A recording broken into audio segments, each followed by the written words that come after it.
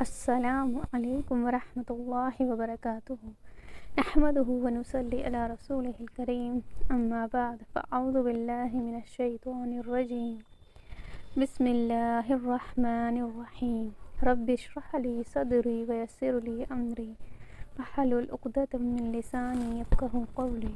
سورہ البقرہ آیت نمبر 42۔ ولا اور نہ تلبسو تم ملاؤ حق کو بالباطلی ساتھ باطل کے وتکتمون اور تم چھپاؤ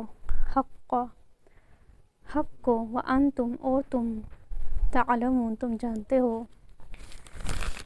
یہاں پر یہود کو کہا جا رہا ہے کہ تم حق کو باطل کے ساتھ مت ملاؤ۔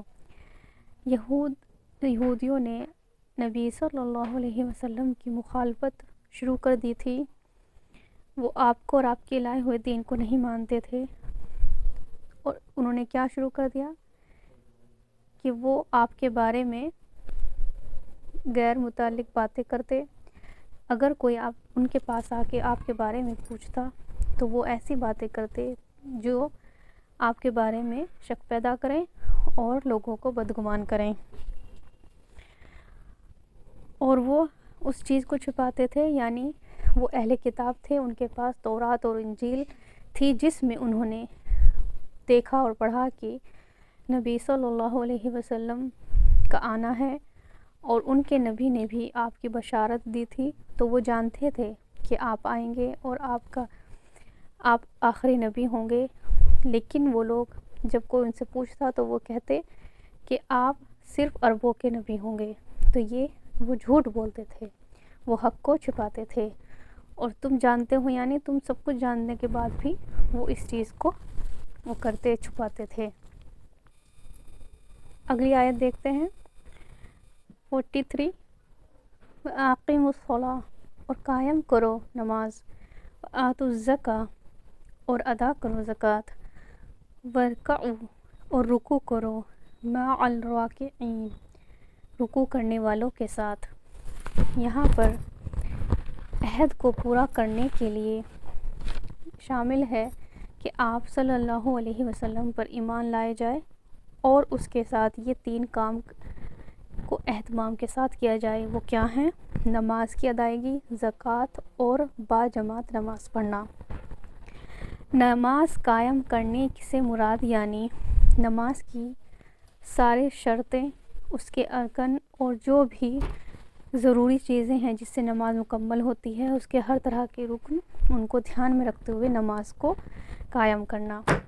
نماز اور زکوٰۃ کا جو حکم ہے یہ سب نبیوں کے لیے تھا، جتنے بھی نبی آئے سب کی امتوں پر یہ دونوں چیزیں فرض تھی، اور بنی اسرائیل پہ بھی یہ دونوں چیزیں فرض تھی۔ اور زکوٰۃ ادا کرو، اس کا معنی کیا ہے کہ زکوٰۃ کا معنی کیا ہوتا ہے؟ کسی چیز کو پاک کرنا۔ تو زکوٰۃ مال کو پاک کرتا ہے اور اس میں اضافہ کرتا ہے، اور کیا کرتا ہے؟ گناہوں کو دھوتا ہے۔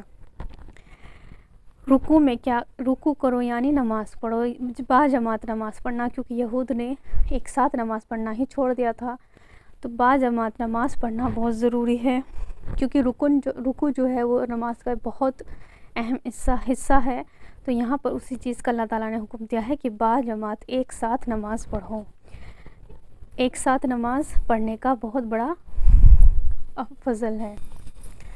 اس آیت سے ہمیں کیا حاصل ہوا، یعنی ہمیں کیا سبق ملتا ہے؟ مین کیا ہے کہ نماز کی ادائیگی، نماز کی اہمیت، اس سے ہمیں نماز کی اہمیت کا پتہ چلتا ہے۔ جیسے ہی نماز کا وقت ہو، کام چھوڑ کر سب سے پہلے نماز کو ادا کرنا چاہیے، بنا کسی اس کو ڈیل کرتے ہوئے۔ نماز کو باجماعت پڑھنا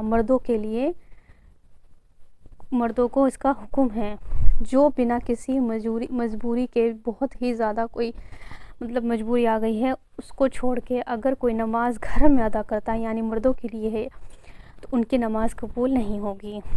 باجماعت نماز کو ادا کرنا جنت میں مہمانی کا باعث ہے۔ پھر اس کے بعد کیا ہے؟ زکوٰۃ کا دینا۔ زکوٰۃ بھی اسلام کا ایک بہت اہم حصہ ہے، یہ مال کے شر اور اس کے بوال کو دور کرتا ہے، گناہوں کو دھوتا ہے، جو دل سے زکوٰۃ عطا کرتا ہے تو وہ بھی جنت میں جانے کا باعث ہے۔ تو ان آیتوں سے ہمیں بہت جو اہم رکن ہے اس کے اسلام کے، نماز اور زکوٰۃ، ان کو ادا کرنا یہ بہت زیادہ ضروری ہے، جو آج بہت زیادہ ہمارے اندر اس چیز کی کمی آ چکی ہے۔ زکوٰۃ جو ہے، زکوٰۃ کے بارے میں یہ آتا ہے جب زکوٰۃ دینی بند کر دیتے ہیں تو بارشوں کا ہونا کم ہو جاتا ہے۔ اللہ تعالیٰ نے اس کی اتنی بڑی اہمیت بتائی ہے، سبحان اللہ۔ السلام علیکم ورحمۃ اللہ وبرکاتہ۔